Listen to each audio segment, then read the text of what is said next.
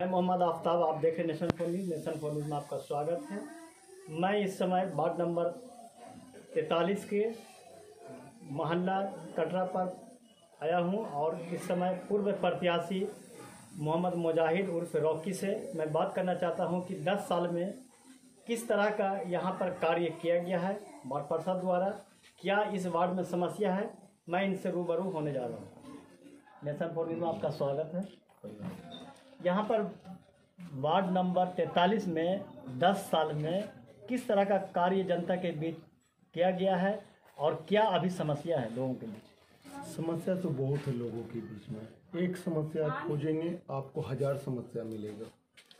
10 सालों में क्या कार्य हो और क्या कार्य नहीं होगा। अगर मैं अपने मुंह से बोलूँगा, मैं भी चुनाव लड़ रहा हूँ, अगर मैं अपने मुंह से बोलता हूँ तो लोगों को लगेगा कि मैं किसी जलन या आवेश में बोल रहा हूँ।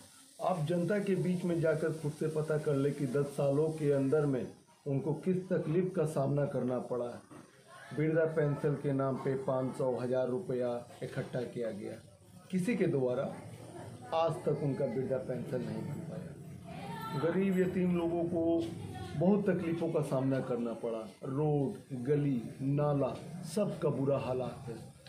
पक्की तलाव मोहल्ला का तो कंडीशन ऐसा रहा कि एक हल्का फुल्का सा भी बारिश अगर होता है तो घर घर के अंदर में पानी घुस जाता है, घर का बर्तन तक का पैरने लगता है घर के अंदर में।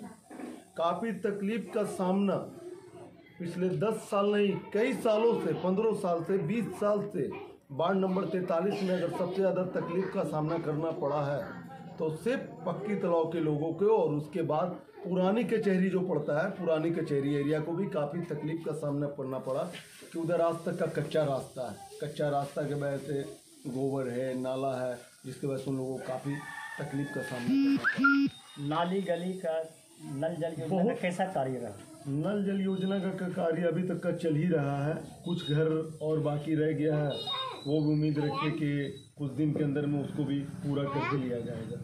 नल जल योजना का काम ठीक ठाक है।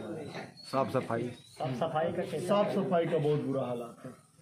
आप खुद से एक बार पूरे वार्ड नंबर 43 सर्च कर लें। इंदिरा आवास, राशन किरासन पर क्या कुछ नहीं है, कुछ नहीं है यहाँ पर। आप इस क्षेत्र के जनता क्या चुनेंगे दोस्त। चुनाव तो ऐसा नहीं है कि आप लोगों के सामने पहली बार आया होगा। जनता तो अच्छे लोग को ही चुनते हैं, लेकिन सिस्टम जो है, सिस्टम बेईमानों को ज़्यादा पसंद करता है और ईमानदारों को पीछे ठेल देता है। सिस्टम ही बेईमानों को पसंद करता है। सारा सिस्टम नीचे से लेकर ऊपर तक का करप्ट है। राशन के नाम पे क्या घोटाला हो रहा है इस क्षेत्र में आपको नहीं मालूम होगा। अब जाकर के राशन मिलना शुरू हुआ बहुत सारे लोगों को।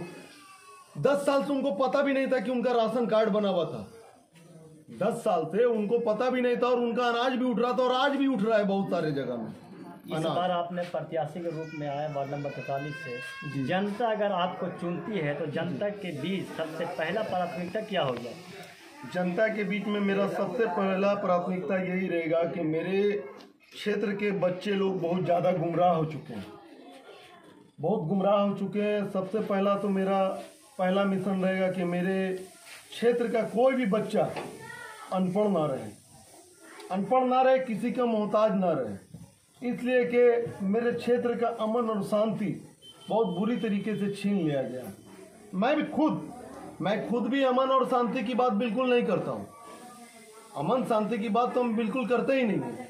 हम बात इंसाफ की करते हैं और जहाँ इंसाफ होता है ना, वहाँ अमन भी होती है और वहाँ शांति भी होता है। जल जमाव को लेकर के जीतने के बाद क्या आपका होगा मामला।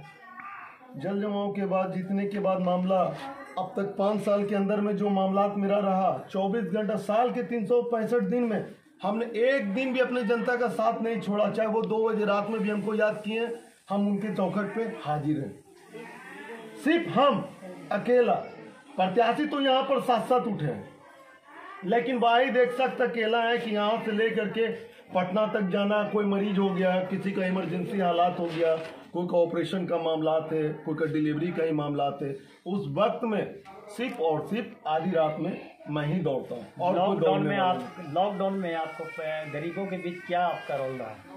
अल्हम्दुलिल्लाह वो तो अपने मुंह से बोल करके खुदा को नाराज करना, इसलिए कि लॉकडाउन में जो काम हमने किया था वो मैंने पब्लिक को राज़ी करने के लिए या बाढ़ के लोगों को राज़ी करने के लिए नहीं किया था, वो मैं ऊपर वाले को राज़ी करने के लिए किया था वो काम, इसलिए उसके बारे में बोलना उचित नहीं होगा। वो आपको जनता खुद बता देंगी कि लॉकडाउन में मेरा काम कैसा रहा। विपक्ष तो इल्ज़ाम लगाने वाला काम करते ही रहेंगे, लेकिन लॉकडाउन के अंदर में मेरा काम कैसा रहा ना रहा ये आपको वार्ड नंबर 43 नहीं बल्कि पूरा बिहार शरीफ नगर निगम गवा देगा। क्या आपको ऐसा लगता है कि जनता अगर आपको चुनती है तो आप वार्ड नंबर 43 को बदल कर दिखा देंगे? वार्ड नंबर 43 को मैं ऐसा बदल कर दिखाऊंगा कि बिहार शरीफ में कोई वार्ड आज तक का नहीं बदला होगा। सिस्टम से लड़ने की ताकत है मुझ में, सिस्टम से लड़ने की ताकत है। मैं गूंगा नहीं हूँ कि चुपचाप कोई भी किसी तरह का जास्ती करता तो मैं उसके सामने अपनी आवाज़ को दबा लूँगा, नहीं दबने वाला हूँ।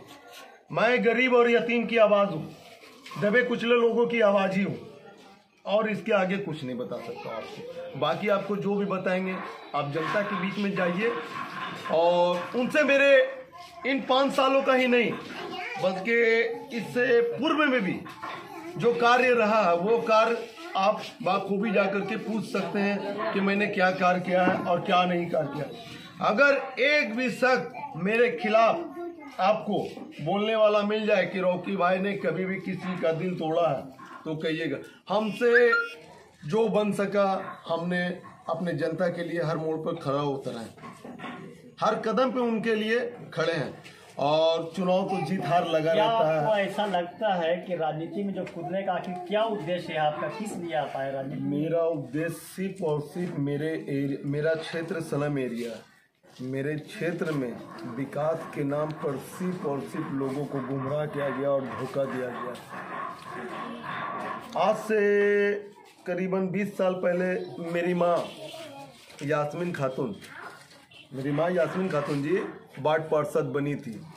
जो उनके रीजन में काम हुआ है गली का, नाले का, उसके बाद हमको नहीं लगता है कि उनके काम के बाद कोई भी काम एक तो तरीके का हुआ हो, और अगर तरीके का काम हुआ है भी तो आप उस काम को जाकर के देख लीजिए, वो काम खुद जर्रा से जर्रा हो चुका, और कब वो काम खत्म हो जाएगा उसको ही बताना मुश्किल है। क्या नाम है आपका? मेरा नाम मोहम्मद मुजाहिद इस्लाम उर्फ Rocky. Ward number? Ward number 43।